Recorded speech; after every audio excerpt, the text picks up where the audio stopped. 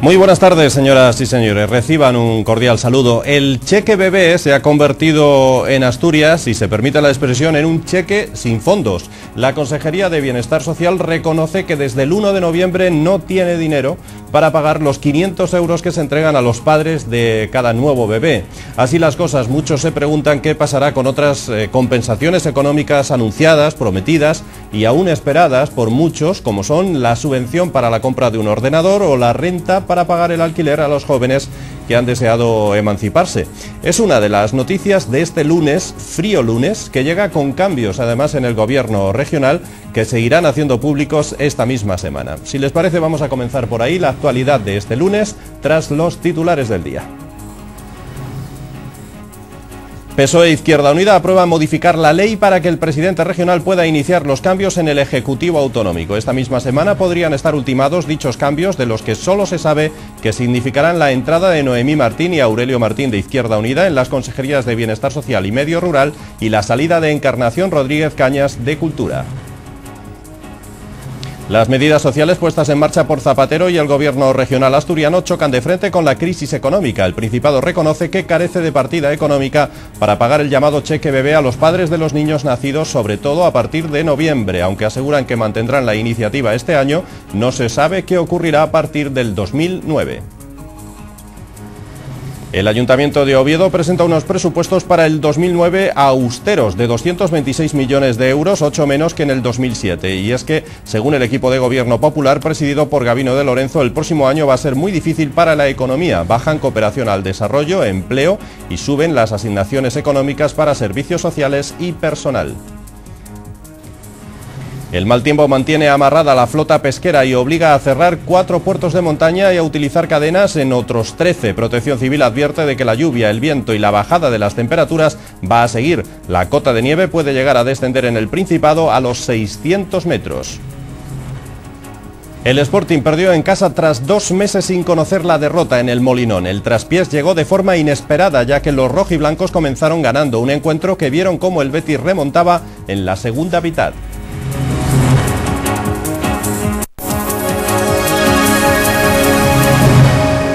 La Junta General del Principado ha aprobado hoy, con los votos del PSOE e Izquierda Unida y con la abstención del Partido Popular, la modificación de la Ley de Ordenación de la Administración del año 91. Eso significa que a partir de ya mismo el presidente regional puede modificar mediante decreto y sin tener que contar con el beneplácito de la Junta la estructura de su Ejecutivo, sin necesidad, como decíamos, de recabar el apoyo del Parlamento asturiano. Este es el primer paso para que esta misma semana de noviembre puedan estar ultimados los cambios de los que solo se sabe que significarán la entrada de Noemí Martín y Aurelio Martín de Izquierda Unida en las consejerías de Bienestar Social y de Medio Rural y la salida de Encarnación Rodríguez Cañas como consejera de Cultura. El pleno celebrado hoy en la Junta General del Principado para modificar el Ejecutivo asturiano duró menos de 10 minutos y en él ninguno de los grupos parlamentarios hizo uso de su derecho de explicación de voto. La modificación será publicada mañana en el Boletín Oficial del Principado, trámite tras el cual el presidente asturiano Vicente Álvarez Areces podrá designar al nuevo Ejecutivo, en el que entrarán como consejeros por Izquierda Unida Bloque por Asturias Los Verdes, Noemí Martín y Aurelio Martín, y en el que podrían producirse además otros cambios. Se apunta, por ejemplo, la destitución de la consejera de Cultura, Encarnación Rodríguez Cañas. El sábado podremos decir que tenemos plenamente el desarrollo de esta ley que hoy se aprobó, la constitución del nuevo gobierno, los decretos de modificación de estructuras de cada consejería, aprobación del presupuesto, traslado a la Cámara y también el anticipo de lo que van a ser las personas, algunos cambios que puede haber en algunas consejerías como consecuencia del pacto desarrollado. El Consejo de Gobierno de esta semana procederá a esos relevos y aprobará además el proyecto presupuestario del Principado para 2009. Los presupuestos para el próximo año, que superarán los 4.400 millones de euros, serán aprobados por el Ejecutivo el 26 o 27 de noviembre, con el fin de que el día 28 puedan entrar en la Junta General del Principado, cuya Junta de Portavoces fijará esa misma jornada el calendario para su tramitación. La Junta de Portavoces deberá aprobar un calendario que permita aprobar las cuentas regionales en el último pleno del año, previsiblemente a celebrar los días 29 y 30 de diciembre.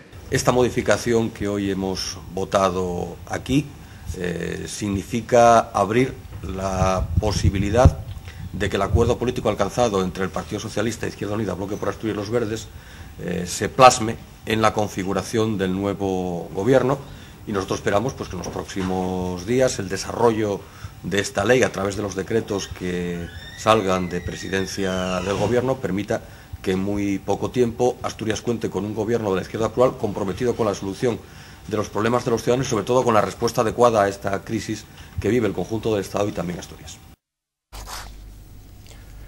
Y una de las consejeras cuya salida se da por segura del gobierno de Areces, la responsable de Cultura, Encarnación Rodríguez Cañas, junto con la actual consejera portavoz del gobierno regional, Ana Rosa Migoya, están en el punto de mira del Partido Popular por supuestas irregularidades en la adjudicación y gestión de obras. El PP asturiano insiste en las mismas y ha formalizado, como acaban de ver ante la Fiscalía Anticorrupción, una denuncia contra la Agencia de Proyectos Culturales del Principado de Asturias y todo su entramado, al entender que existen indicios de delito en la gestión de esta, con el objetivo de que se depuren responsabilidades dentro del gobierno de Vicente Álvarez Areces. El diputado nacional del PP, Jaime Reinares, y el del Parlamento regional, Ramón García Cañal, acudieron a la sede de la Fiscalía Anticorrupción de Madrid y señalaron que esta denuncia es el resultado de una investigación que ha durado varios meses y que aglutina información parlamentaria y de otros ámbitos, ya que podría haber varios presuntos delitos relacionados con la corrupción y la prevaricación.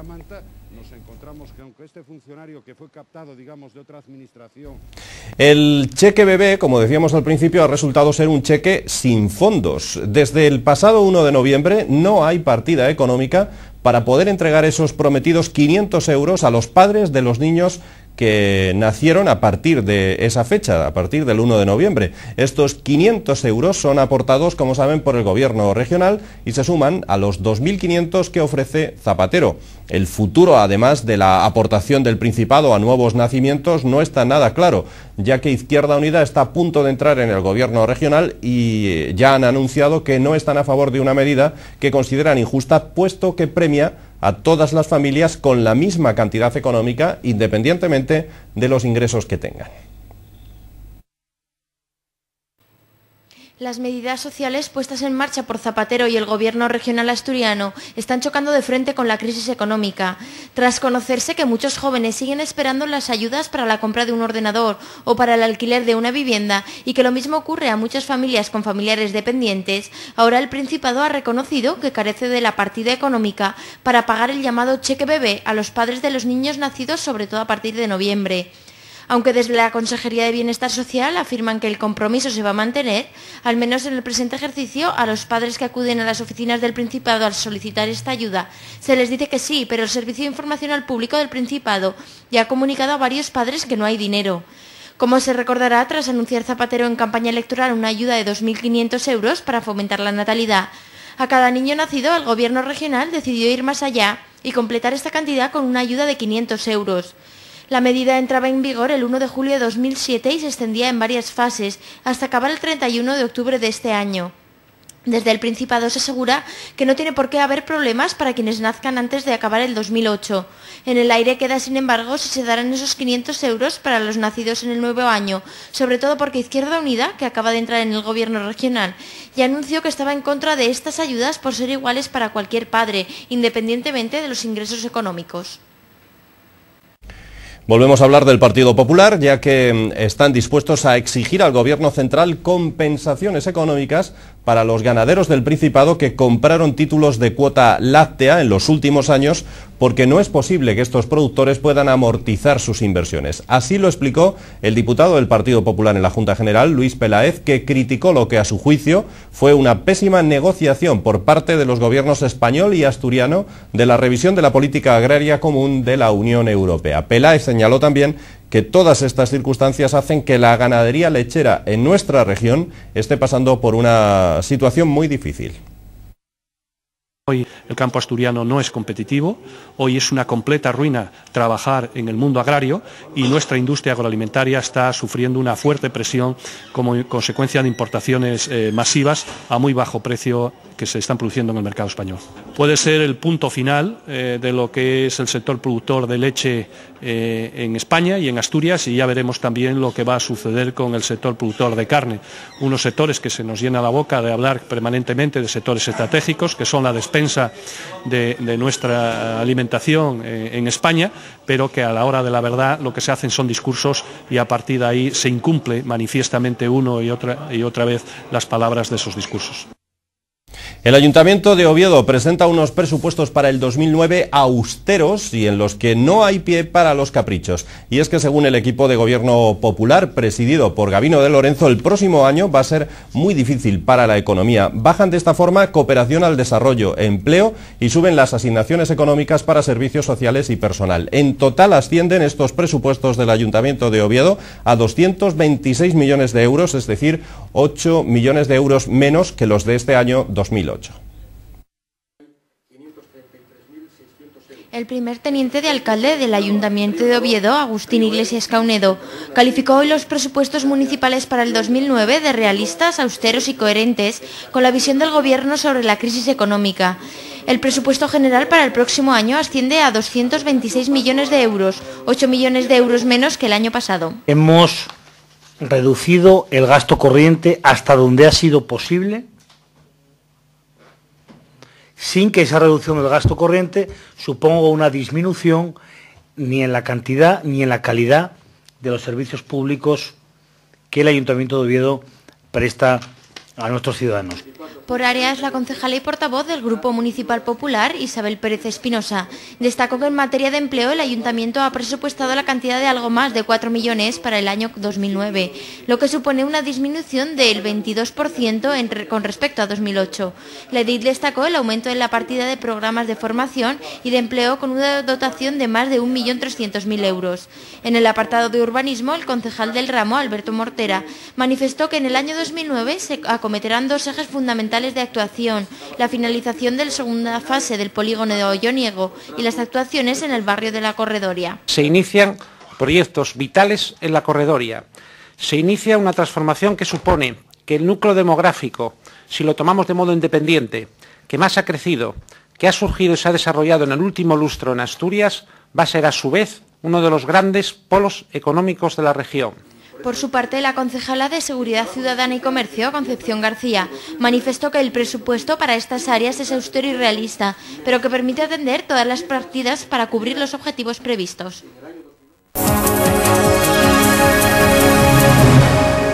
Los centros de atención primaria de Gijón han registrado durante la primera semana de plante de los médicos eventuales un total de 127 consultas sin sustituir, según indicaron fuentes del colectivo de médicos eventuales. También el Hospital de San Agustín de Avilés y el de Cabueñes en Gijón han comenzado a notar ya el recorte de guardias médicas propuesto por la Consejería de Salud y Servicios Sanitarios del Principado para todos los centros hospitalarios asturianos dentro de esa política de reorganización que está siendo aplicado por la Gerencia de Sanidad.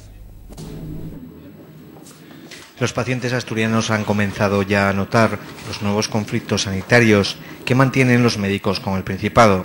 Los médicos eventuales mantienen un conflicto laboral abierto con la Consejería de Salud, por el que reivindican la necesidad de que sean contratados los 148 médicos eventuales de la comunidad y no solo los 115 que plantea el Servicio de Salud. Esto ha provocado que durante los últimos días quedaran sin cubrir 127 consultas, ante la ausencia del médico titular y de los eventuales. Por otro lado, según el sindicato médico, ya hay varios servicios de hospitales de Avilés y Gijón que sienten los efectos del recorte de guardias médicas propuesto por la Consejería de Salud para todos los centros hospitalarios asturianos dentro de la política de reorganización que está siendo aplicado por las gerencias. En Avilés hay reducción y cambios de guardias en anestesia y urología, entre otros servicios, mientras que en Gijón se producen reducciones de guardias de presencia física en cardiología. Afirman que la situación más preocupante es la del Hospital Universitario Central de Asturias, donde desde el pasado mes de agosto se han ido reduciendo guardias hasta 9 servicios. Por ello, el SINPA ha impugnado la reducción de guardias en el UCA por vía administrativa y no descarta llegar a los tribunales.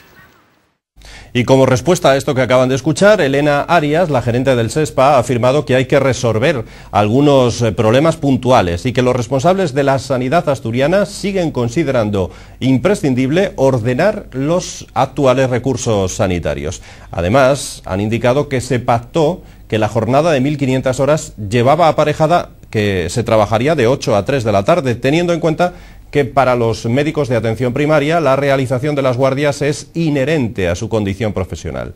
Ha explicado también la responsable del SESPA que el acuerdo alcanzado traía consigo la necesidad de llevar a cabo unas mejoras retributivas y organizativas, pero que si bien se ha mejorado la retribución a los médicos de atención primaria, a la hora de llevar a cabo esas medidas organizativas, nada se ha querido saber de ello por parte de los médicos, dice la gerente del SESPA. En los últimos años, y por esta razón se ha aprobado, como ustedes conocen, una nueva plantilla con una ley que se aprobó en la Junta General del Principado de Asturias en julio de este año 2008, un incremento potente de la plantilla de personal en general y de médicos en particular para dar estabilidad precisamente a estas necesidades de recursos humanos que se contrataron. Ese acuerdo, en uno de sus apartados, hablaba de la necesidad de llevar a cabo mejoras retributivas y organizativas en el seno tanto de atención primaria como de atención especializada. Por lo tanto, no es o bueno, ya veremos, sino que van indisolublemente unidas. Bueno, hubo un principio de acuerdo en relación con el precio, con las condiciones retributivas, pero de ninguna manera se quiso entrar en aspectos de índole organizativa.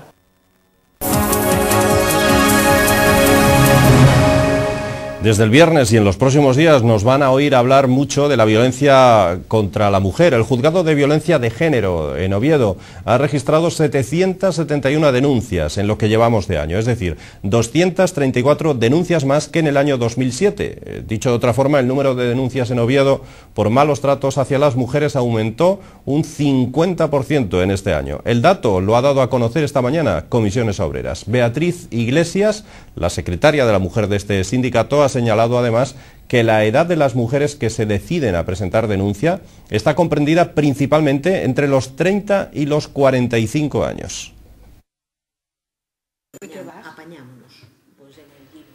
Comisiones Obreras de Oviedo ha analizado hoy la situación de la violencia de género en el municipio, donde se ha constatado un fuerte incremento de las denuncias por esta causa. Parte de las 771 presentadas han sido derivadas a la comisaría a través del Servicio de Atención a la Familia y los servicios sanitarios de urgencias. La secretaria de la Mujer de Comisiones Obreras de Oviedo, Beatriz Iglesias, ha comentado que muchas de las denuncias presentadas corresponden a denuncias de la mujer contra su agresor, pero que también hay muchos partes de lesiones físicas. Este aumento de denuncias, en parte, es debido a que cada vez existe mayor interrelación entre los diferentes organismos dedicados a atender y detectar las situaciones que se producen como consecuencia de violencia de género, y en parte a las campañas de información y sensibilización puestas en marcha, que empiezan a dar sus frutos. Por otra parte, el número de denuncias se pueden duplicar por mujer, al presentar esta más de una. Afortunadamente, en este año 2008, en Oviedo, no ha habido ninguna víctima de violencia de género. El tramo de edad de las mujeres que sufren esta lacra y que se decide a presentar denuncia está comprendido entre los 30 y los 45 años. La mayor parte de las mujeres atendidas en los centros de salud fue por maltrato físico y los maltratadores eran pareja o amigo de la víctima. Como consecuencia de este aumento de denuncias se ha producido un aumento del número de órdenes de protección. En este momento hay cursadas en Oviedo unas 400 órdenes de protección y puestas en práctica 225. La Policía Nacional de Oviedo son 5 policías nacionales y tienen asignadas 10 mujeres por cada policía.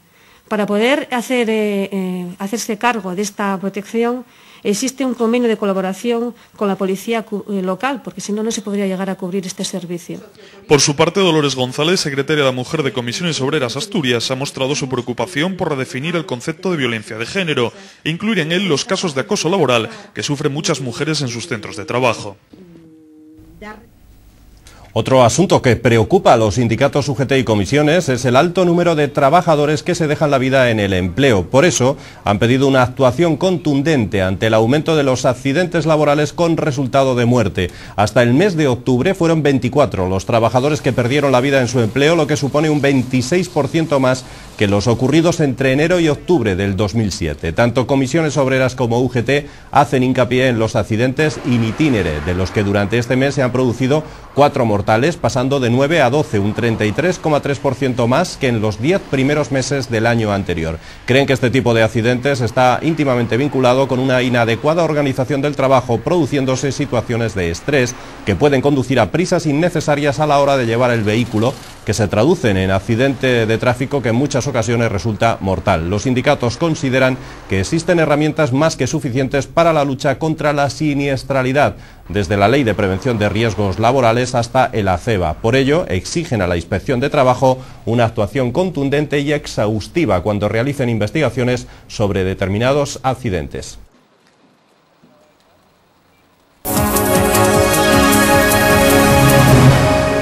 Ver cómo es el mar Cantábrico en la costa de Gijón o de qué viven los peces que allí habitan, entender para qué sirve la flora que flota en el agua o que se queda junto a las rocas e incluso por qué el del calentamiento global y sus consecuencias en el mundo marino son solo algunas de las respuestas que vamos a encontrar en el Centro Oceanográfico de Gijón.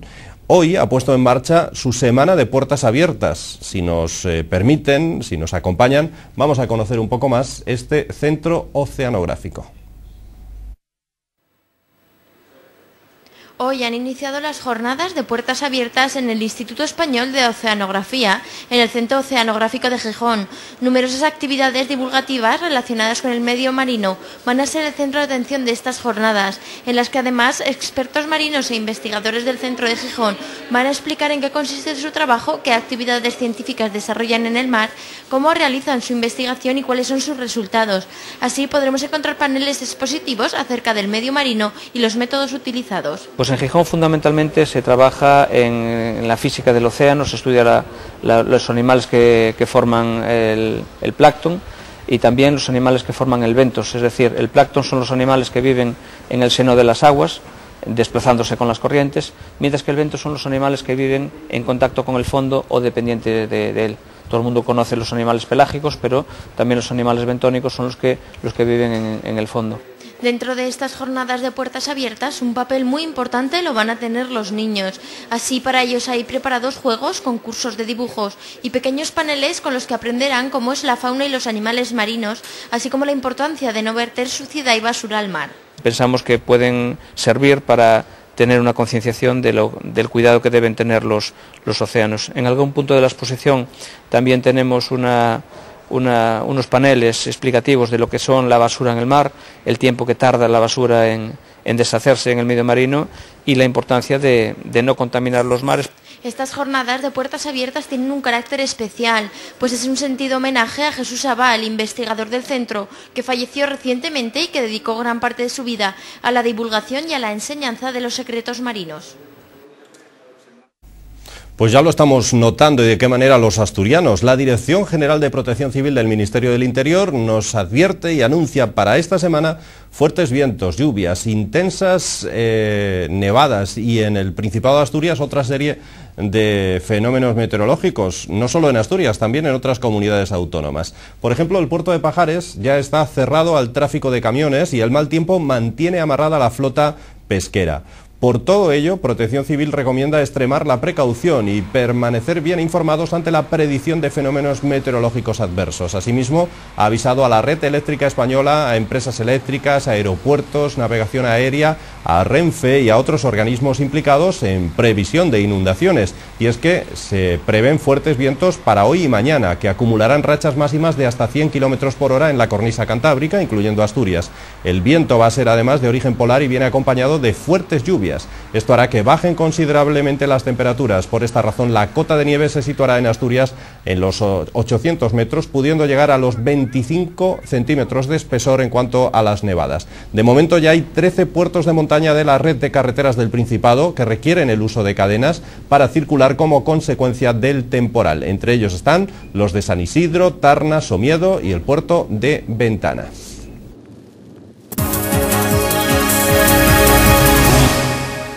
Diabetes, enfermedad crónica que afecta a más de 60.000 asturianos, supone cada año un coste incalculable para el sistema de salud por la ausencia además de detención precoz en muchos de los pacientes.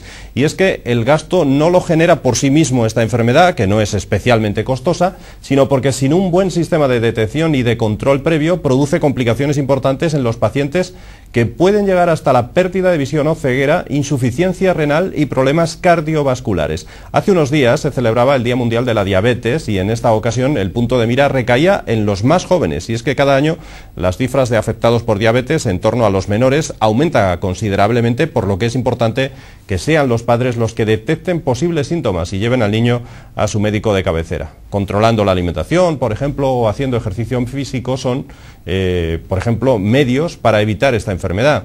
Edelmiro Menéndez es jefe del Servicio de Endocrinología y Nutrición del Hospital Universitario Central de Asturias. Vamos a hablar con él de esta enfermedad en esta noche. Edelmiro, doctor, buenas tardes, bienvenido. Buenas tardes. Bueno, no sé si los datos que hemos dado son correctos. En torno a 60.000 asturianos podrían estar afectados por la diabetes. Sí, esos datos son recientes y son el número total de personas con diabetes en Asturias, que son casi 65.000. De esos los que están diagnosticados, que están registrados en los archivos del SESPA. No obstante, es una enfermedad silenciosa que pueda tener a gente sin diagnóstico. Sabemos, porque además hemos realizado estudios en Asturias, de que otros 30 o 40.000 personas tienen diabetes y aún no han sido diagnosticados porque no se han hecho los análisis correspondientes.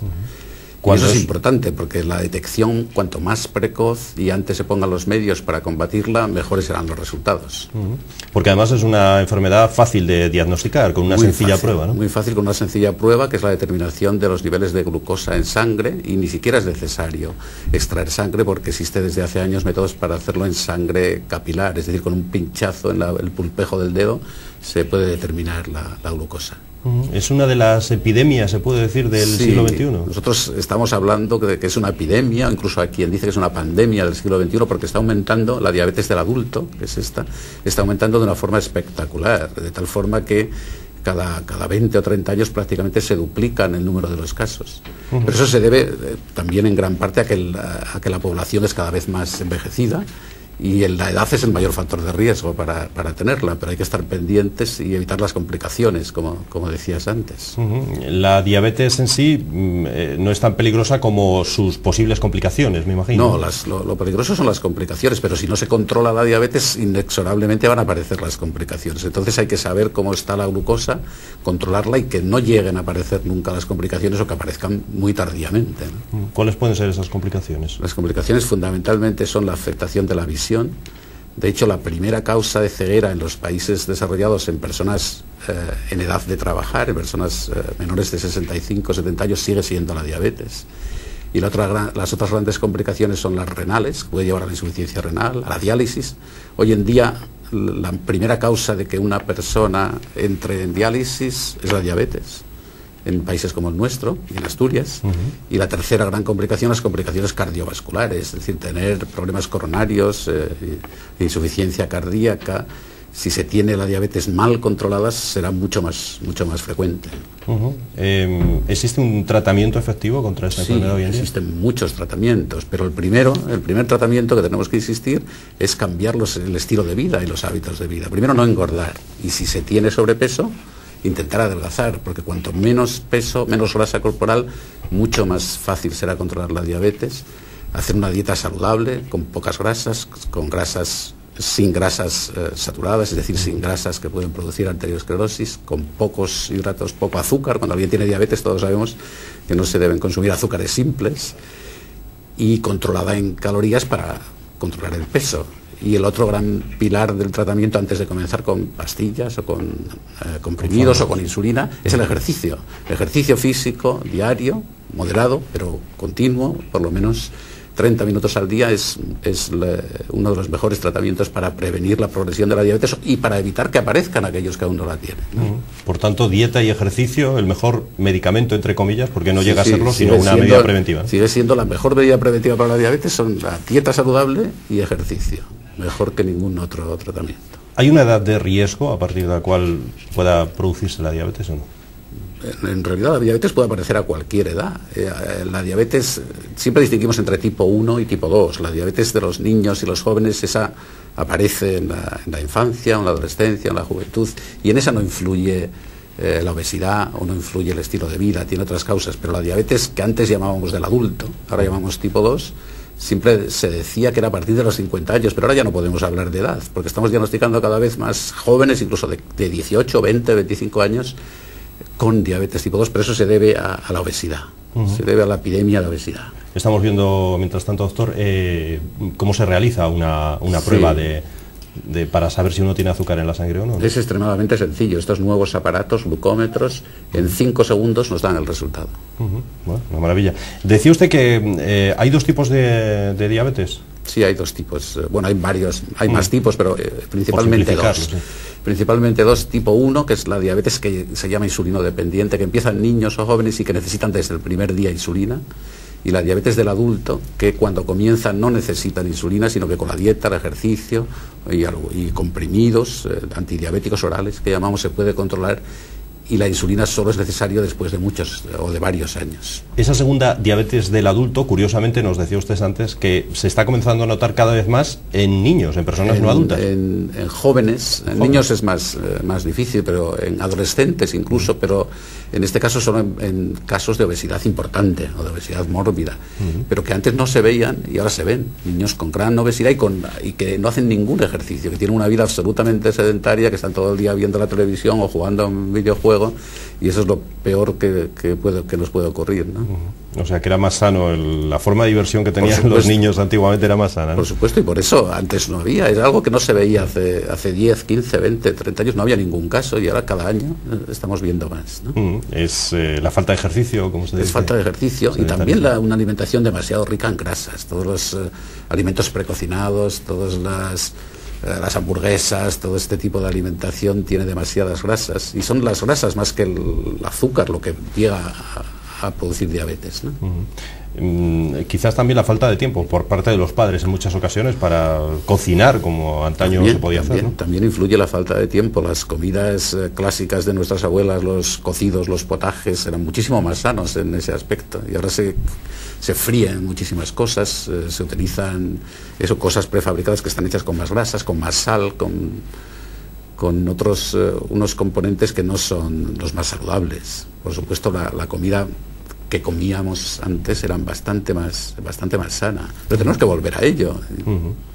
Debemos huir, por tanto, de precocinados, etcétera, ¿no? A la hora de dentro de lo posible, debemos huir y consumir alimentos naturales, verduras naturales, cocinadas por nosotros mismos, frutas, legumbres, potajes. Bueno, hace unos días, lo decíamos al principio, se llevaba a cabo una jornada que supongo que lo que pretendió sobre todo es dar a conocer esta enfermedad, ¿no? Sí, es el Día Mundial de la Diabetes, que se celebra todos los años, el 14 de noviembre. Y lo que ocurre es que cada año la Federación Internacional de Diabetes propone un tema para ir distribuyendo los diversos aspectos de la diabetes de unos años a otros. Y este último año se centraba más en la diabetes en la infancia y en la adolescencia, pero cada año cambia el tema del que se habla para sensibilizar a la población en general de la diabetes y de diversos aspectos de la diabetes, ¿no?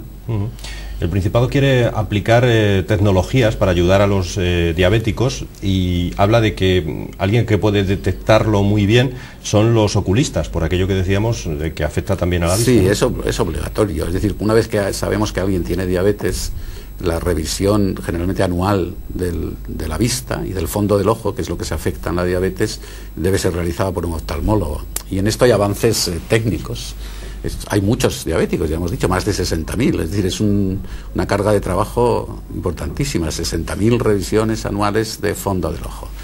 Y eso es difícil que llevarlo en la salud pública o incluso salud privada, es difícil llevarlo a cabo, y por eso hay medios técnicos que son unos nuevos instrumentos que se llaman retinógrafos, que hacen fotografías digitales, que se pueden hacer rápido y no necesitan que esté el oftalmólogo presente, sino que luego las puede evaluar todas ellas de seguido, digamos, ¿no? Habla también de la utilización de tecnología, pues desde el ordenador personal o otros medios electrónicos, para que el paciente pueda en casa hacerse las pruebas, no tenga ni que ir al médico a hacerse las pruebas, sí, y enviar los resultados. Ya los pacientes ya se hacen las pruebas en casa desde hace bastantes años. Lo que cambiaría eso, que es una aplicación de la telemedicina, que en la diabetes está muy avanzada, sería que los resultados no tuvieran que traerlos físicamente al médico o a la enfermera o al centro de salud, sino que los resultados los pudiera enviar o bien por vía de teléfono móvil o bien por vía de internet, y el médico los ve en la pantalla y le puede responder con los cambios, sugerencias de cambios de tratamiento, si tiene que venir físicamente o no, o si puede esperar. Se está empezando, aunque todavía hay mucho que avanzar en ese aspecto, ¿no? Por último, doctor, hablábamos antes de unos 60.000 asturianos diagnosticados, decíamos de unos 30 o 40.000 sin diagnosticar. A estos últimos nos dirigimos, no es que queramos alarmar, pero ¿cuándo debe alguien plantearse el hacer las pruebas de la diabetes? Bueno, en el caso de los niños o jóvenes, cualquier niño que se vea que empieza a orinar más frecuentemente, en más cantidad. Si es un niño más pequeño que no se orinaba en la cama, que comienza a orinarse nuevamente en la cama, que además tiene mucha sed, pide mucha agua, y se suele acompañar de adelgazamiento, de pérdida de peso, hay que consultar rápidamente al pediatra o al médico y hacer una determinación de sangre para ver cómo está la glucosa. En personas mayores, pues también, siempre que haya un aumento de la necesidad de orinar, un aumento de la sed, pérdida inexplicada de peso, aún comiendo bien, porque comiendo suficiente cantidad se pierde peso, son signos o síntomas de sospecha de diabetes. Y en todo caso, a partir de una determinada edad, para detectar la diabetes se recomienda que una vez al año toda la población se haga un análisis de sangre y se mire cómo está la glucosa. Ya hemos dicho que la prueba es la mar de... La prueba es sencilla. Muy bien. Edelmiro Menéndez, jefe del Servicio de Endocrinología y Nutrición del Hospital Central de Asturias. Gracias por estar con nosotros aquí esta noche. Gracias a vosotros. Hasta luego.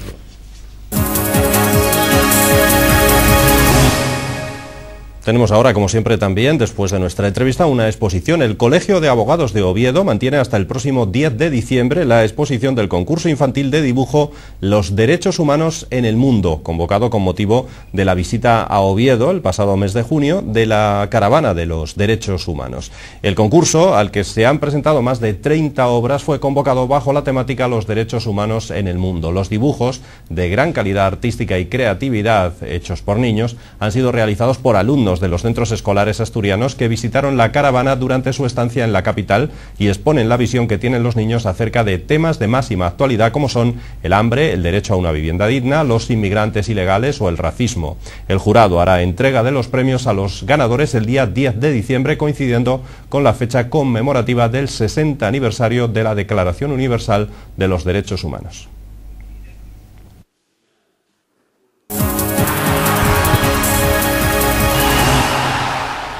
Tiempo ya para los deportes. Les hablamos de fútbol. Del Sporting no pudo ser y ayer caía derrotado en el Molinón por 1-2 frente a un Betis que remontó el encuentro en la segunda parte. Los rojiblancos volvieron esta misma mañana al trabajo en dos grupos. Los que más disputaron los más minutos realizaron un entrenamiento regenerativo en mareo y el resto se ejercitó en el Polideportivo de Moreda.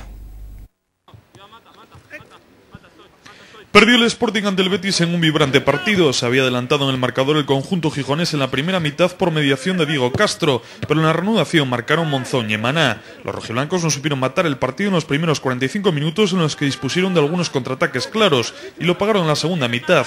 Quizás uno de los momentos claves del choque estuvo en el empate a 1. El tanto del argentino Monzón hizo mucho daño a los de Preciado. Si aguantamos hasta el minuto 15, hasta el minuto 20 de la segunda parte con el 1-0, pues nuestros contragolpes hubieran hecho mortales, ¿sabes? Porque ellos hubieran salido a intentar empatar y de esa forma pues podíamos aprovechar, pero vino ese gol, ¿no? Que la verdad es que fue un golazo y no nos lo esperábamos, y a partir de ahí pues ya pues solo vinieron errores.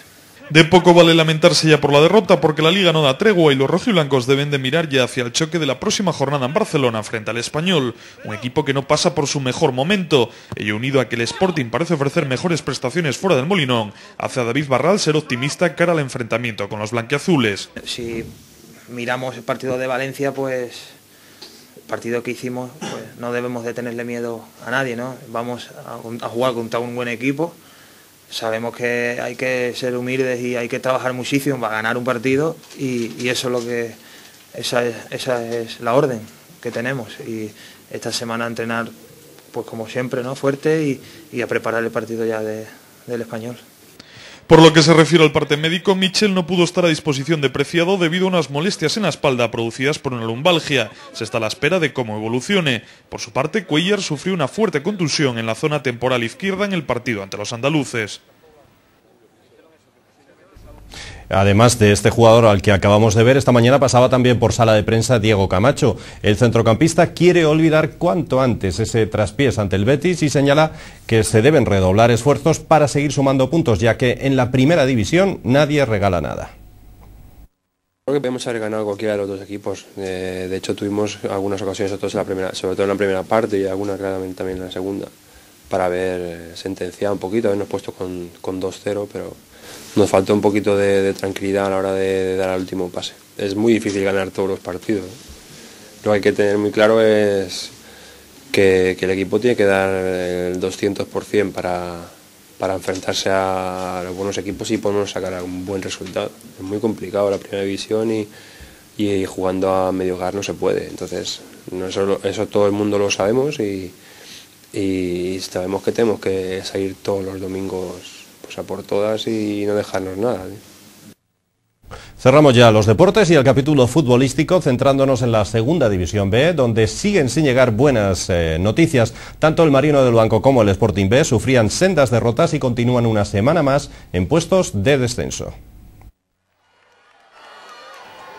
El Marino volvió a perder en esta ocasión ante el Real Unión de Irún por 0-3, un resultado contundente que evidenció la falta de acierto cara al gol de los azulones. En contraposición, los guipuzcoanos rentabilizaron casi al máximo sus oportunidades y dejan tocado al conjunto de José Luis Quirós en puestos de descenso. Los luanquinos, que volverán a jugar como locales frente al Athletic B el próximo domingo, siguen alejándose de la salvación y volvieron a dejar claro su mal momento anímico y de juego. No le van mucho mejor las cosas al Sporting B. El filial rojiblanco se sitúa un punto por detrás del Marino, en la penúltima posición de la tabla, tras caer derrotado en Lezama ante el Athletic de Bilbao por 1-0.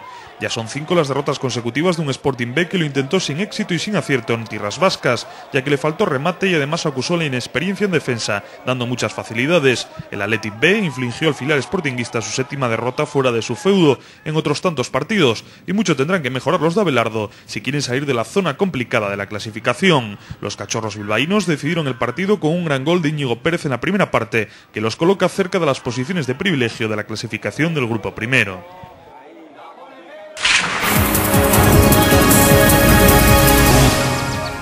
La Agencia Estatal de Meteorología, como ya les venimos contando, prevé para mañana martes en Asturias cielos muy nubosos con chubascos moderados que pueden ser localmente fuertes y persistentes. Tormentas y granizo y cota de nieve que baja de 800 incluso a los 600 metros. Y todo esto, lógicamente, va a afectar a las temperaturas. Las máximas estarán en torno a los 7 grados, las mínimas en torno a 3. Recibimos antes de despedirnos una última noticia precisamente relacionada con el mal tiempo que estamos viviendo en Asturias, y es que el peaje del Huerna ha sido cerrado a los vehículos pesados. La intensidad de la nieve caída y la imposibilidad, dice la nota, de que las máquinas quitanieves limpien la calzada ha hecho que se decida cerrar al tráfico la autovía del Huerna para vehículos pesados, y así va a permanecer al parecer hasta que las condiciones meteorológicas y el trabajo de las máquinas quitanieves permitan seguir realizando ese paso de camiones por el Huerna. Esa es la última hora sobre esa ola de frío que tenemos en Asturias. Nos despedimos, recuerden que volvemos mañana a partir de las 20:30 horas. Hasta mañana.